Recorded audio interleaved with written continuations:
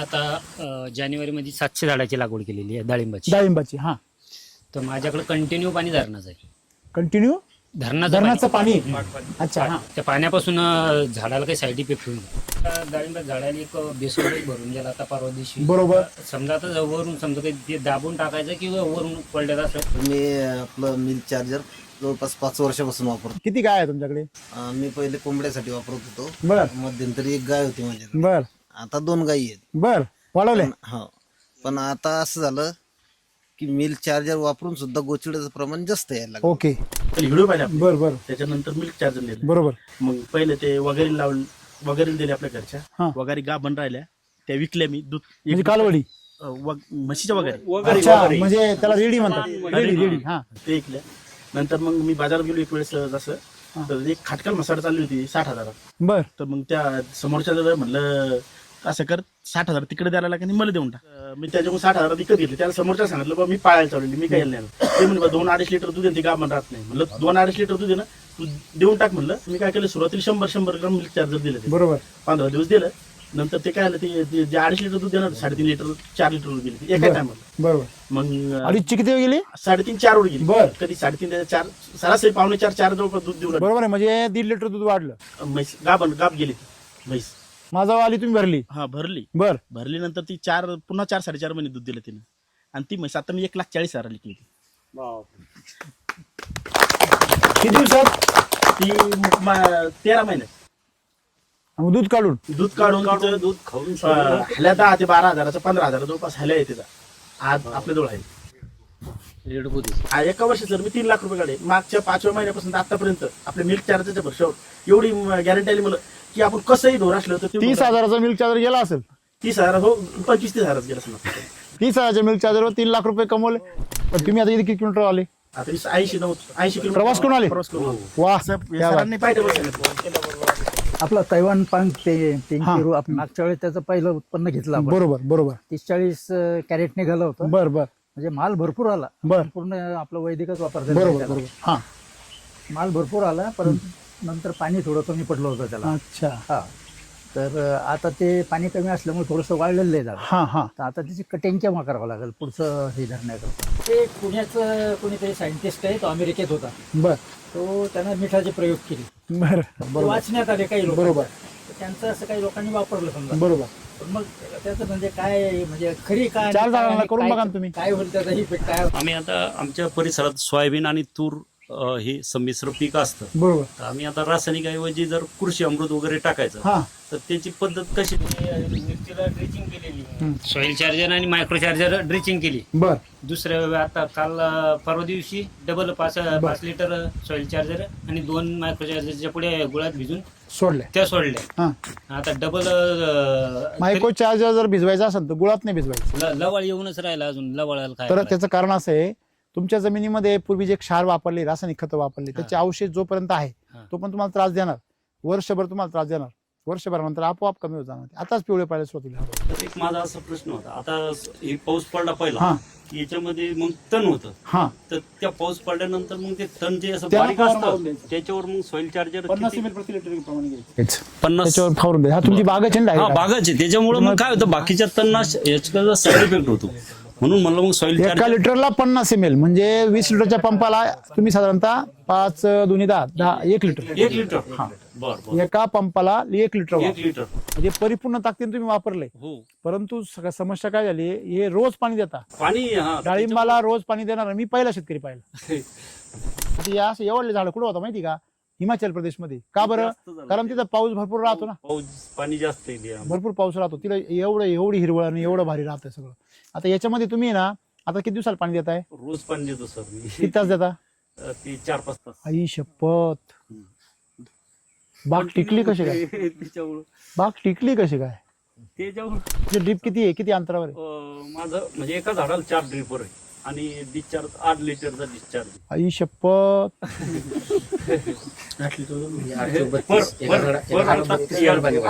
एका तासाला माझ्या अंगाला शहारे आले भाऊ. काटा आला अंगावरती. म्हणजे एका झाडाला 32 लिटर पाणी एका तासात. पडू राहिलं एका तासात. आणि तुम्ही त्याला 4-5 तास देऊ राहिले. 4 तास. म्हणजे 100 लिटरचे वरच पाणी झालं. त्याला बरा भात नाही आला वर. त्यावेळेस आपली नरकळी फेकली तर त्याचं कारण काय होतं? हा, त्याचं कारण असं होतं, साधी सिंपल गोष्ट आहे बघा. मी मागच्या वेळेस तुरीसाठी पहिले एसएसएम टाकलं होतं पेरताना. हा त्याच्यानंतर त्याला एकरी एक बॅग दिली. हा परंतु प्रॉब्लेम असा झाला की ज्यावेळेस त्याला फुलं वगैरे लागले तर ते आपल्या दत्ता भाऊकडूनच फ्लॉवर काय ते फ्लॉवर चार्जर ते फवारणी केली. त्याला एवढे फुलं लागले की ते डांगा ऍक्च्युली फाटल्या काही झाडाच्या. तर फांद्या ते- फाटल्या? हा, खाली पडल्या. वजनानं. ऍक्च्युअली तसं व्हायला नाही पाहिजे.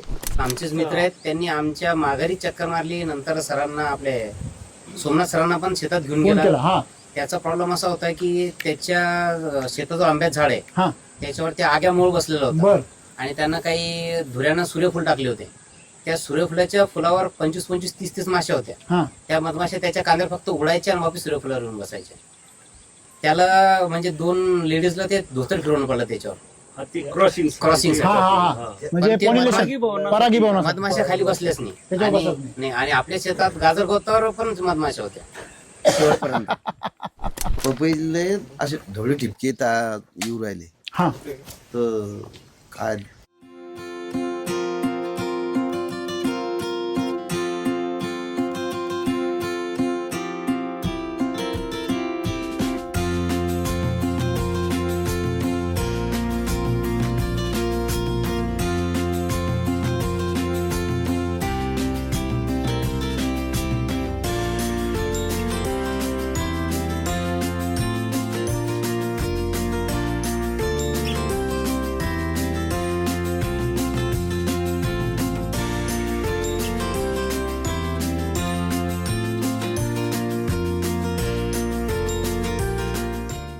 नमस्कार. नमस्कार सर. आता तुमच्यापैकी कोणाचे काही प्रश्न असतील तुम्ही विचारू शकता किंवा तुमचा अनुभव सांगू शकता.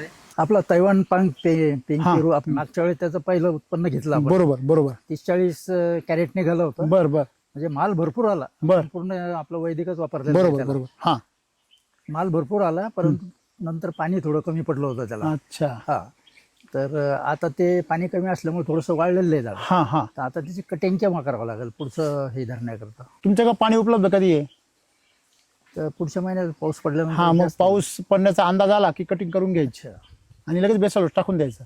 बेसल डोस पहिला पाऊस झाल्यानंतर किंवा पहिला पावसाच्या अंदाजानुसार अगोदर टाकणं कधी पण बेस्ट. बेसल डोस टाकल्यावर जर पाऊस आला तर 1 नंबर काम. तुम्हाला नाही जमलं तर तुम्ही बेसल डोस लगेच पाऊस झाल्या लगेच वापसा झाला की लगेच टाकून द्यायचा, जेणेकरून जमिनीमधली जी संरचना आहे ती सुरू व्हायच्या आत, जमिनीमध्ये जी सजीव सृष्टी जमिनीमध्ये जागृत व्हायच्या आत तुम्ही बेसल डोस टाकून द्यायचा. मस्त काम होईल. एक पुण्याचं कोणीतरी सायंटिस्ट आहे, तो अमेरिकेत होता. बर तो त्यानं मिठाचे प्रयोग केले. बर हा, नाही तो एक म्हणजे शंका आहे बर की बोला बोला. त्यानं पुस्तकं काढले 2-4 बरोबर बरोबर वाचण्यात आले काही लोक. बरोबर त्यांचं असं काही लोकांनी वापरलं समजा. बरोबर. पण मग त्याचं म्हणजे काय, म्हणजे खरी काय 4 काय झाडांना आणि करून काय- बघा ना तुम्ही. हा? 4 झाडांना करून बघा ना. नाही म्हणजे काय होईल त्याचा इफेक्ट काय होतो. आपल्या बघा पहिली गोष्ट महत्वाची काय असतं, आपण पण मीठ खातो की नाही? हा. मीठ हेच अन्न आपलं आहे का? नाही. पण मीठ हे त्याचं म्हणजे मात्रा जी आहे ती अतिशय कमी आहे आणि तेवढं मीठ तर ऑलरेडी आपल्या पाण्यामध्ये आता उपलब्ध झालं, जास्त येऊ राहिले. तर काय होतं की जमिनीमध्ये ज्यावेळेस तुम्ही मीठ टाकता सुरुवातीच्या काळामध्ये तुम्हाला ते रिझल्ट मिळायचे. का बरं मिळायचे? कारण जमिनीमध्ये त्यावेळेस सेंद्रिय कर्ब होता. मेन रहस्य काय? सेंद्रिय कर्ब आहे. तुमचे जीवाणू असतील किंवा तुमचे रासायनिक खतं असतील किंवा मीठ असेल. मीठ हे नैसर्गिक क्षार आहे, रासायनिक खत हे कृत्रिम क्षार आहे, पण दोन्ही क्षारच आहे. बरोबर आहे की नाही? पाण्यापासून. हा, तर मग मुद्दा असा आहे की ते फक्त पेटवण्याचं काम करतात. बरोबर. मीठ तुमच्या तोंडाला चव आणतं, फक्त आणतं की नाही? त्याच्यापेक्षा जास्त झालं तर ते तुम्हाला स्लो पॉइझन. जसं माणसाला घातक आहे तसं मातीला पण घातक आहे. कारण मातीमध्ये जीवन आहे सगळे, सूक्ष्म जीव, मोठे जीव, गांडूळ, वनस्पती हे सगळे जीवच आहे. काही एका झाडाला मीठ लागतं म्हणजे सगळ्या झाडाला लागतं असं नाही त्याचा अर्थ होत. असं आहे. त्याच्यामुळे तुम्ही तसंही मला असं म्हणायचं आहे का ते सायंटिस्ट म्हटल्यावर आपण कुठल्याही सायंटिस्टचा आदर करतो. त्यांना कसे प्रयोग त्यांनी कसे केले. तुम्ही 4 झाडांवर एकरी 15 किलो वापरायचं 15 दिवसांना. मी काय म्हणतो, तुम्ही 4 झाडांवर प्रयोग करा ना. 4 झाडांवर करायला काय हरकत आहे? शेवटी अनुभव आपल्याला येईल का नाही. मी आता जानेवारीमध्ये 700 झाडाची लागवड केलेली आहे डाळिंबाची. डाळिंबाची हा तर माझ्याकडे कंटिन्यू पाणी धरणाचं आहे. कंटिन्यू धरणाचं पाणी. अच्छा हा त्या पाण्यापासून झाडाला काही साईड इफेक्ट होईल का? धरणाचं पाणी. धरणाचं पाण्याचं साईड इफेक्ट का होईल. ते जे तुम्ही जे म्हणता ते क्षार तयार होते, जमीन भुरकट पडते. तुमच्याकडे धरणाचं पाणी आणि धरणाच्या पाण्याची क्षारता काय असते. जास्त असते बरोबर आहे की नाही. आता तुमच्या पाण्याची क्षारता जास्त आहे तर तुमच्या पिकाला धोका आहे का. 100% धोका आहे. कारण क्षारता जास्त असेल तर त्या मुळांना काय बसणार, शॉक बसणार आणि मुळं डिहायड्रेट होणार. जसं आपण समुद्राच्या पाण्यात गेल्यावर जर आपलं पाय मध्ये घातले ते टोचतं आणि बाहेर आल्यावर प्रचंड आग होते. कारण समुद्राचं पाणी तुमच्या पायामध्ये घुसायचा काय करतं, प्रयत्न करतं, रिव्हर्स ऑस्मोसिस बरोबर ना.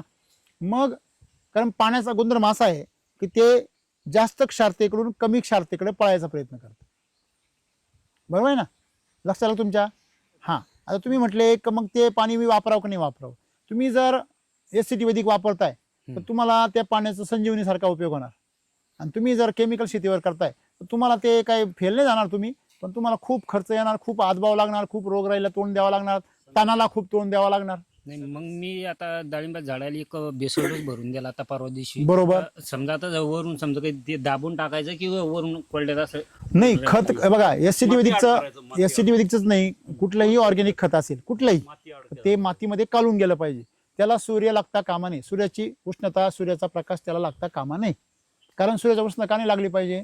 सूर्य हा सेंद्रिय कर्बाचा सर्वात मोठा चोर आहे. खतामध्ये जो कार्बन असतो ते तर खरा मेन राहतो.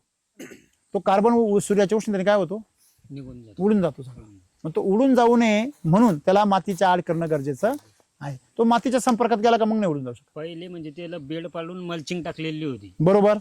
मल्चिंगचे मग आता काही पहिलं एक पीक निघून गेलं, दुसऱ्या पिकलं मी आता डबल त्या बेडवर डाळिंबाच्या मध्ये 3 बेड आहेत. हा 2 लाईनीच्या मध्ये कळलं मला. हा त्याच्यात मी मिरची लावलेली. बरोबर. मग काही ठिकाणी समजा पन्नी ती वाऱ्यानं समजा क्रॅश झाली. हा काही ठिकाणी चांगली, काही ठिकाणी आतून टाकून द्याल पन्नीच्या आतून, काही ठिकाणी उघडी आहे. हम्म. तर ते उघडे जे पडेल समजा ते मग ते दाबून टाकावं लागेल, ते काढून घ्या, काढून घ्या. तुम्ही मल्चिंग जर करत असाल तर खूप चांगलं. डाळिंबाला मल्चिंग करेल अशी मी. डाळिंबाला मल्चिंग असेल तर खूप चांगलं. आता तुम्ही जे काही बेसल डोस टाकलाय तो बेसल डोस जर उघड्यावर असेल नाही तो दाबून टाका, बस संपला विषय, मग काय टेन्शन नाही. तर मी आपलं मिल्क चार्जर जवळपास 5 वर्षापासून वापरतो. तुमचं नाव पत्ता सांगा. माझं नाव गौतम कस्तुरे, हा मुक्काम पोस्ट सवना, तालुका चिखली, जिल्हा बुलढाणा. बरोबर.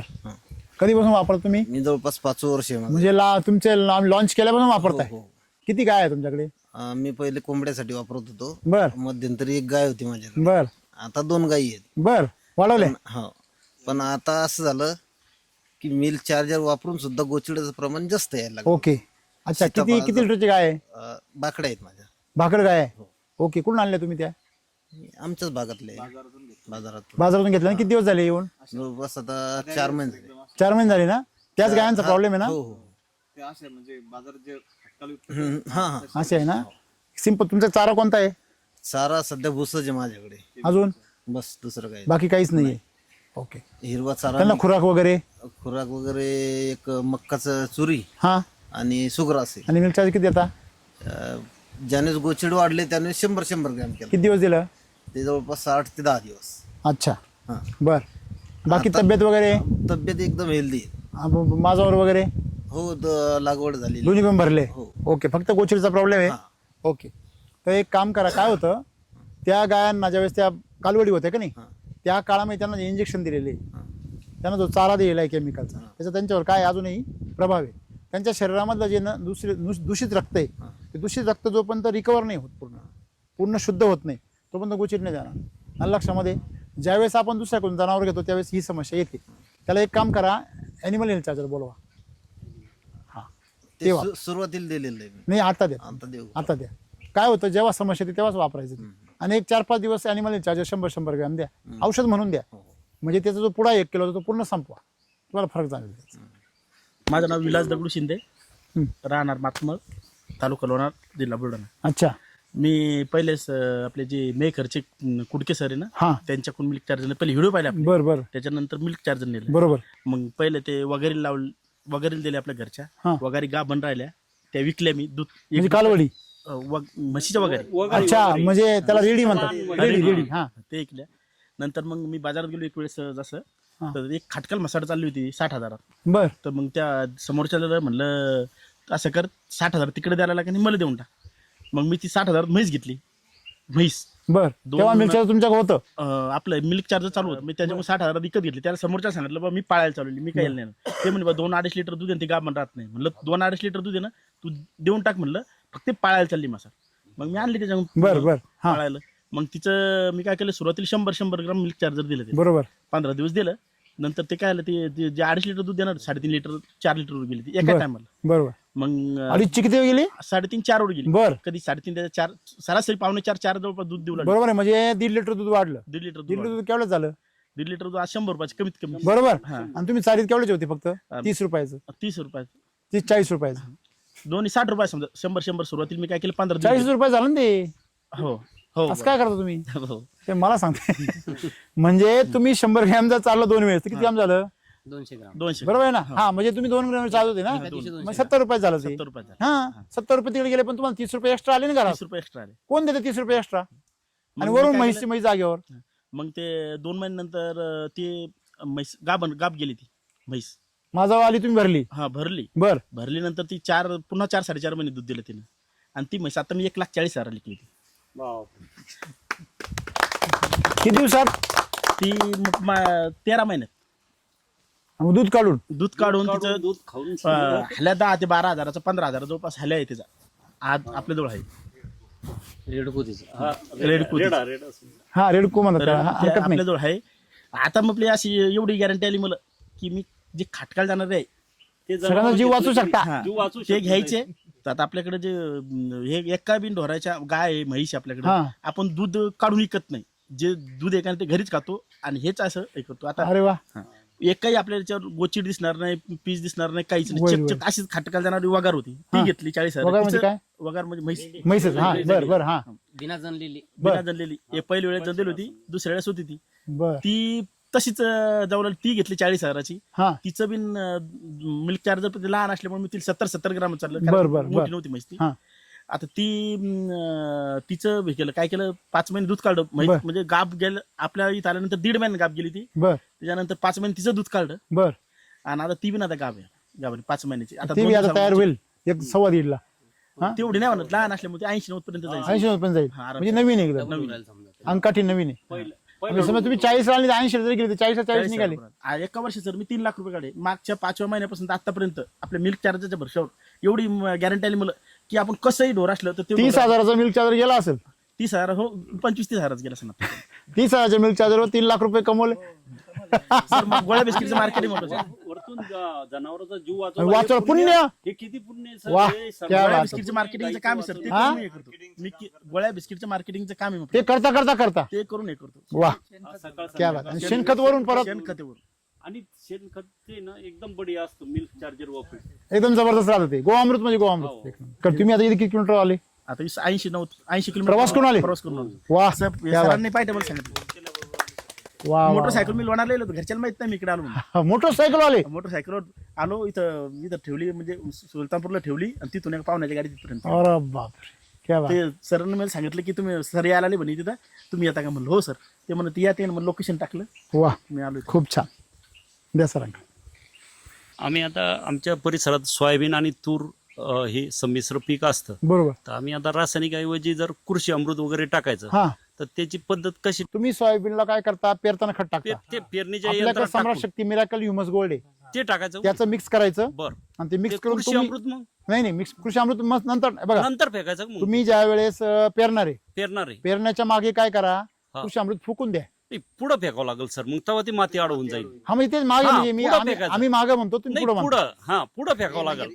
पेरणीच्या पुढं नाही, नाही पेरणीच्या अगोदर हा, मग फेकायचं. अगोदर आणि म्हणजे- नंतर पेरणी करायची म्हणजे मग ती माती अडवून जातं सर. बघा तुम्ही कृषी अमृत आणि हा. तुमचं एसएसएम जे आहे SSM. त्याच्यापैकी जे एसएसएम तुमच्या बियाणामधून मिक्स करणं शक्य आहे तुम्हाला हा, ते जेवढं शक्य आहे तेवढं. तेवढं तुम्ही त्याच्यामध्ये काढून घ्या आधी बर. सर्व सम्राट शक्ती मिराकल ह्युमस गोल्ड मिक्स करा बर हे सगळं मिक्स करा. समजा तुमचं 1 एकर क्षेत्र आहे हो 1 एकर क्षेत्राला तुम्हाला जर बेस्ट रिझल्ट पाहिजे असेल तर 4-2-2 आहे हा हा आणि तुम्हाला जर साधारण रिझल्ट पाहिजे असेल तर 2-1-1 2-2-1-1 हा. ते मिक्स करायचं. बर ते मिक्स केल्यानंतर जेवढी मात्रा तुम्हाला तुमच्या बियाण्यातून देणं शक्य आहे तेवढी मात्रा त्यातून काढून घ्यायची हा आणि उरलेली मात्रेमध्ये कृषी अमृत मिक्स कृषी करायचं. अमृत समजा एकरी तुम्हाला जर चांगला भारी रिझल्ट पाहिजे असेल तर 4-4-2-2 बरोबर कृषी अमृतच्या 7-8 बॅगा घ्यायच्या, हा 8 बॅगा. बरं. आणि जर तुम्हाला साधारण पाहिजे असेल तर 4-5 बॅगा घ्या. बर मग ते मिक्स करा त्या उरलेल्या याच्यामध्ये. बर आणि ते तुम्ही जसं म्हटले आम्ही काय म्हणतो आमच्याकडे पेरणीच्या का पेरणीच्या अगोदर हा हा म्हणजे अगोदर म्हणजे अगोदर हा म्हणजे समोर हा, तर तुम्ही समोर म्हणता ते मागून म्हणतो. असं का अशी ती आमची भाषेमध्ये गडबड झाली. मिस्टेक तर झाली तुम्हाला त्याच्यात. मी जे सांगतोय की तुम्ही हा. पेरणी करणार आहे ना हा त्याच्या त्याच्या पूर्वी पूर्वी तुम्ही अगोदर. फोकून घ्या सगळीकडे हा उरलेलं ते हो आणि फुकून मग घ्यायचं. तुम्ही नंतर करा. पेरणी करायची संपलं काम. बरं, आणि ठीक आहे, सर. ज्यावेळेस तुमचं फुलवऱ्यामध्ये येतं हो तेव्हा तुम्ही एक 2-2-1-1चा बेसल डोस द्या हा किंवा ते जर दिलं तर तण येणार नाही. नाही आणि जर नाही तर तुम्ही सॉइल चार्जर आणि एनर्जी बरं सर, बुस्टरची तुम्ही दाट ते फवारणी करा. सांगत होते तणनाशकामध्ये सॉइल चार्जर टाकायचं हो तर ते आता आम्ही काय करतो पेरणीनंतर 15 दिवसानंतर तणनाशक. तणनाशकाचा स्प्रे करतो बरोबर. तर मग त्याच्यामध्ये टाकायचं हो soil charger. त्याच्यामध्ये 15 ते 20 ml प्रति लिटर प्रमाणे सॉइल चार्जर टाकायचं प्रति लिटर प्रति लिटर. म्हणजे आणि टाकीला 100 तणनाशकाचं प्रमाण कमी करायचं. तणनाशकाचं प्रमाण कमी कमी करायचं करायचं थोडंसं कमी करायचं. बरं तिथं 40 ml वापरत असं आपण तर 30 ml पंप- घ्यायचं. ते 30 30 करायचं. ml करायचं. बरं आणि ते 20 हे याच्यामध्ये 20 ml ऍड करायचं. त्याचा हा. फायदा असा होणार हा का परत डबल तण नाही होणार कधीच. नाही का नाही कधीच नाही होणार. त्याच्यात पहिला फायदा तुमची मुळी त्यांचं झाड झाड. जमिनीमधले जीवाणू अजिबात डॅमेज नाही होणार. बरं आणि वरून तुमचे जे सोयाबीन आहे ते एक नंबर एक येणार. नंबर राहील ग्रीननेस अगदी तुम्ही तणनाशक जरी नाही वापरलं हो तुम्ही 20 ml प्रति लिटर प्रमाणे सॉइल चार्जर जरी घेतलं 20 ते 30 ml प्रमाणे बर तरी तण नाही येणार.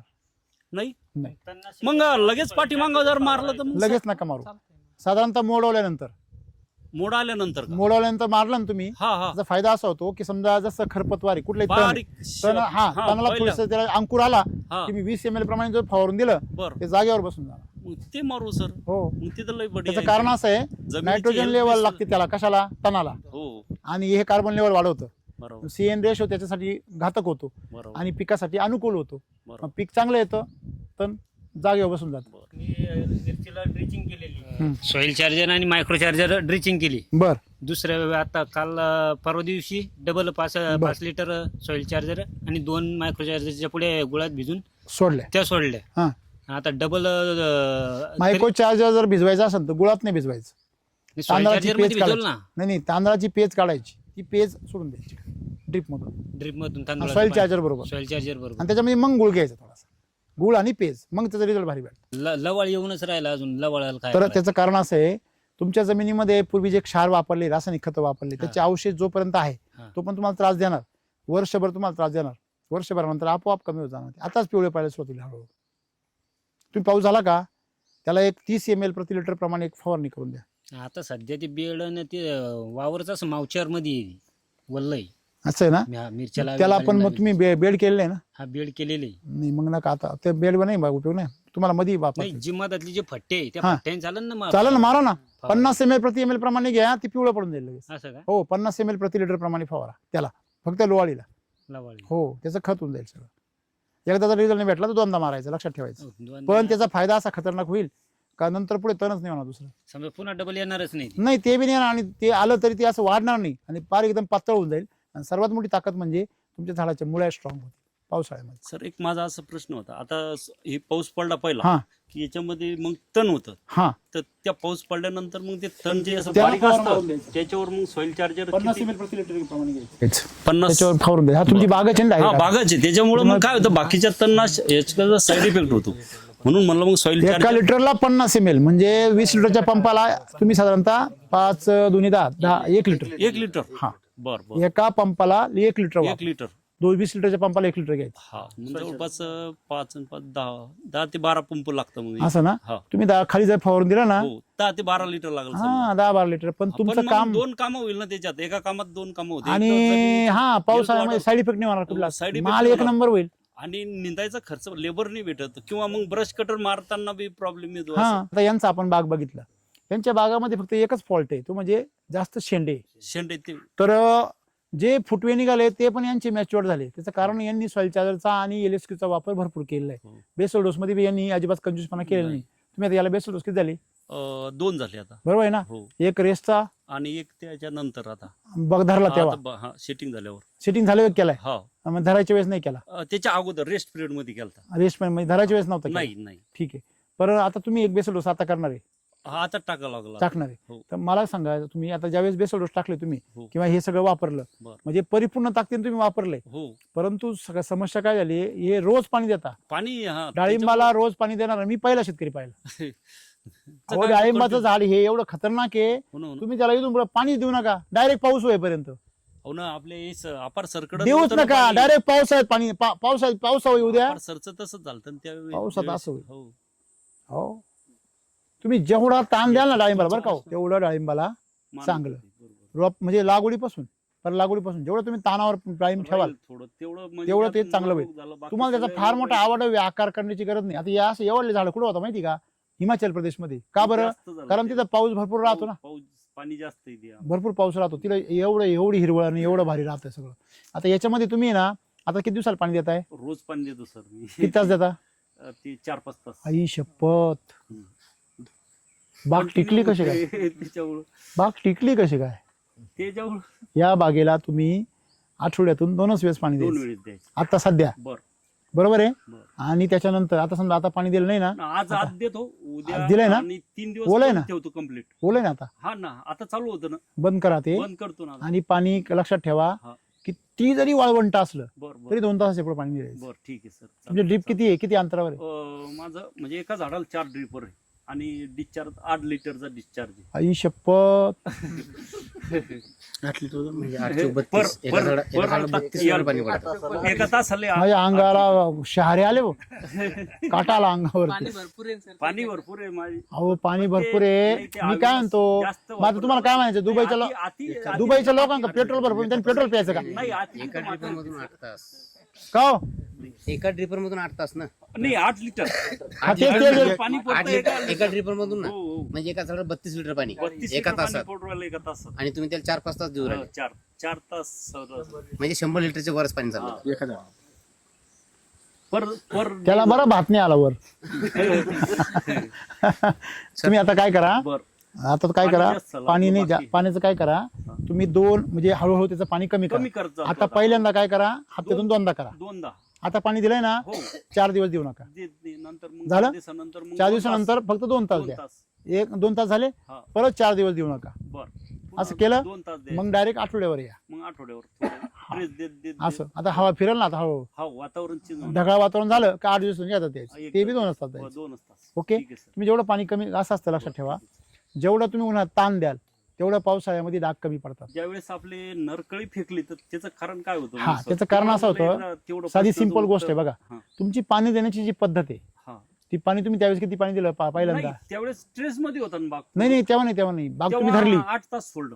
बरोबर आहे ना? 8 तास त्याच्यानंतर सोडलं. किती दिवसांनी किती देतं ते? नाही नंतर मग पाणीच नाही दिलं. 8 दिवसानंतर मग फक्त अर्धा तास पाणी मग द्यायचं. त्याच्यानंतर नाही जोपर्यंत कळी सेट होत नाही तोपर्यंत पाण्याचं एकदम संतुलन राखतो सर. त्यावेळेस केलं, हा नंतर नाही सांगलं. नंतर मग बरं. जेव्हा आता setting असं झाल्यावर असतं, मग मागच्या वर्षी तुम्ही माल किती काढला? मागच्या वर्षी 20 ते 22 किलो निघला सर. बरोबर आहे, हो मागच्या वर्षी 20-22 किलो माल काढला. हो तुम्ही रेस्ट मध्ये बेसल डोस भरला, हो पण तुम्ही बाग धरताना नाही भरला. नाही मग तुम्ही बाग धरताना जो बाग भरला नाही ना, एक लक्षात ठेवा, पहिली गोष्ट महत्वाची, तुमच्या मागच्या वर्षी जो माल निघाला हो त्याला तुमचा जो रेस्टचा बेसल डोस आहे ना, हा. त्याची भरपाई करायला लागू झाला. बर बरोबर आहे. हा. आणि त्याची कारण तुम्ही 80-20 वापरले ना मागच्या वर्षी. हो हो 80-20 म्हणजे काय होतं, ज्यावेळेस आपण रासायनिक वापरतो, हो रासायनिक वापरताना झाड स्वतःमधलं सगळं स्टोरेज काय करतं, पहिले त्याच वर्षी वापरून टाकीत. हा हा. ते वापरून घेतलं. ते कसं आहे, पे अँड बरं, पे. पानं एकदम डार्कनेस वाटायचे रेस्ट पिरियड मध्ये बी, म्हणजे असं वाटायचं हेल्दी आहे बुवा असं. हा नाही वाटतं ते म्हणजे असं, हा केमिकलचं काय आहे, तेच लस्टर राहतं ना त्याचं, सॉरी ते ग्लेझिंग राहतं ना त्याचं. हा मग तुम्ही काय करायला पाहिजे की ज्यावेळेस तुम्ही बेसल डोस केमिकल मधून वैदिक मध्ये येताना हो एकही बेसल डोस स्किप करायचा नाही. मग तुम्ही जर वैदिक मध्ये असाल तर मग एखादा बेसल डोस स्किप झाला तर चालून जातो. समजा, बरं. मग तुमची तो जो बेसल डोस स्किप केला ना तुम्ही, हा म्हणून नेमकी त्या झाडांना ताकद, म्हणजे कळी तर फिकली फेकली पण कळी अर्धवट अवस्थेमध्ये फिकली. हो नर कळी म्हणजे काय असतं, नर कळी म्हणजे मादी अवस्थेची पहिली अवस्था आहे. हो नंतर नारळा आपल्या याच्यामध्ये डाळिंबामध्ये नरकळी नसतेच. डाळिंबामध्ये फक्त मादी कळी असते, म्हणजे ज्याला आपण नर म्हणतो ती म्हणजे अर्धवट विकसित झालेली मादी कळी असते. मादी कळी. जी विकसित होत नाही पूर्ण, तिला आपण काय म्हणतो, नर म्हणतो. नर त्याच्यामधले जे गर्भाशय आहे आणि श्रीकेशरी तो वाढलेला नसतो. नसतं. त्याचं कारण असं झालं की ताकद त्याच्या काय आली पण अर्धवट. कमकुवत आहे ते. हा म्हणजे काम झालं त्याचं पण ते अर्धवट झाली. तुमच्या बागेमध्ये एका अवस्थेमध्ये स्टोरेज होतं हो पण त्याच्या पुढे ते स्टोरेज टिकलं नाही त्याच्यामुळे तुम्ही जो बेसल डोस केला असता तेव्हाचा हा तुमचा पूर्ण बाग तेव्हाच पहिले टाकाटक ते सेट एका याच्यात सेट stroke मध्ये एका setting स्ट्रोक मध्ये झालं सेट आणि एवढाच हाईट राहिली असते हाईट नसते झाली हाईट जास्त झाली ती. मग ती नंतर मग त्याच्यामुळे हाईट वाढली त्याची हो असं पण आता काही प्रॉब्लेम नाही एवढं तुमचं झाड एवढं मोठं झालं मस्त हो त्याप्रमाणे काही टेन्शन नाही आता काय करायचं पाणी कमी करा पाणी कमी हो करतो जर वाटलं सुकला बर तर सॉइल चार्जर घ्यायचं हा. आणि 10 ते 15 ml प्रति litre energy booster energy booster 3 ml हो हे मिक्स फवारून द्यायचं बरं. मोकळं का बर ठीक आहे आणि तसंही तुम्हाला फवारायला लागणारच आहे बरं. कारण शेंडे वाढले ना हो शेंडे ते वाढ मॅच्युअर होते बर बर ठीक तुमची साईज फार तुफान होणार बर तुम्ही फक्त LSQ शिलाजी ट्रीटमेंट वर भर द्या बर वाटल्याचे काही फवार मारू नका LSQ इथून पुढे एकही फवारा मारू नका. बर ठीक आहे LSQ शिलाजी ते ना दर महिन्याला करा बर बर ठीक आहे बघा. चालेल, सर. LSQ चे- हा आणि 1200 ग्रॅमनी करा 1200 बरं, ग्रॅम 1200 1800 ग्रॅम हा ठीक आहे सर. जर समजा आपल्याला सोयाबीन पिकासाठी जर बेसोड द्यायचा हा जर समजा आपण तो मातीत फेकला हा. आणि त्याला समजा माती अड केलं हम्म. जर त्याच्यावर अर्धा दिवस जर पाऊसच नाही पडला नाही पडला काय प्रॉब्लेम नाही तर काही प्रॉब्लेम काही नाही नाही मॉइश्चर असतं तोपर्यंत उष्णतानं निघून जातो उष्णतेने नाही सूर्याच्या उन्हाने उन्हात थेट ज्यावेळेस त्याची किरण पडतात त्याच्यावर त्याच्यामुळे निघून जातं. मातीच्या आत गाडलेलं नाही काही होत नाही नाही मातीच्या आत गाड आत मातीचं झाकण असलं वाळलं त्याला काहीच नाही काही प्रॉब्लेम नाही फक्त ते उघडं नको उघडू नको कशासाठी हे बघा तुम्हाला जर तशी भीती वाटत असेल तर सगळ्यात सोपं काम तुम्ही पेरून देणार का बी हा पेरणार हा हा धूळ पेरणी करणार नाही नाही धूळ पेरणी नाही करत आमच्या तुम्ही तेव्हा पेरणार आहे ना पाऊस पडल्यानंतर मग तुम्ही फेकता का बरं अगोदर मग मग त्या टायमाला लेबर भेटत नाही सर पेरणी यंत्र पुन्हा जे कृषी अमृत जे आपलं खत आहे का नाही ते एक तर पडत नाही हा. पेरण्यात इव्हन आपलं SSM पण पडत नाही हम्म.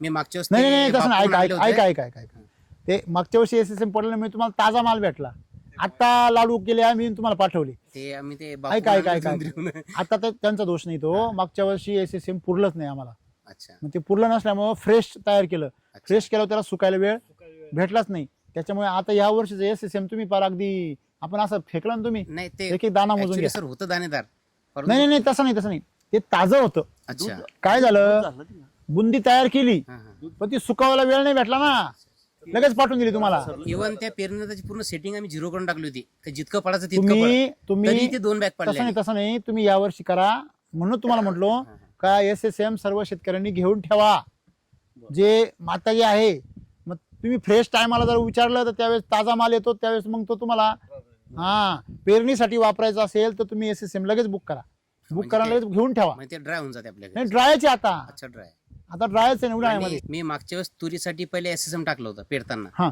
त्याच्यानंतर त्याला एकरी एक बॅग दिली हा नंतर एक एक काय SSM चीच एक एक म्हणजे एक 4 बॅग का हा 4 बॅग हा परंतु प्रॉब्लेम असा झाला की ज्यावेळेस त्याला फुलं वगैरे लागले हम्म. तर ते आपल्या दत्ता भाऊकूनच फ्लॉवर काय ते फ्लॉवर चार्ज फ्लॉवर चार्जर ते फवारणी केली त्याला एवढे फुलं लागले की ते डांगा ऍक्च्युली फाटल्या काही काही झाडाच्या तर फांद्या ते- फाटल्या? हा खाली पडल्या वजनानं ऍक्च्युली तसं व्हायला नाही पाहिजे सिंपल गोष्ट आहे मलाही सांगा हा. सांगतो तुम्हाला मी पहिली मग गोष्ट त्याला महत्त्वाची. पर्याय जसं सांगतो तुम्हाला बघा पहिली गोष्ट आपल्याकडे 2 प्रकारची खत आहे पहिलं खत RNPH RNP आणि दुसरं खत LSQ LSQ LSQ हा मग आता SSM मध्ये काय आहे RNPH बी आहे LSQ पण आहे बरोबर आहे SSM मध्ये हम्म.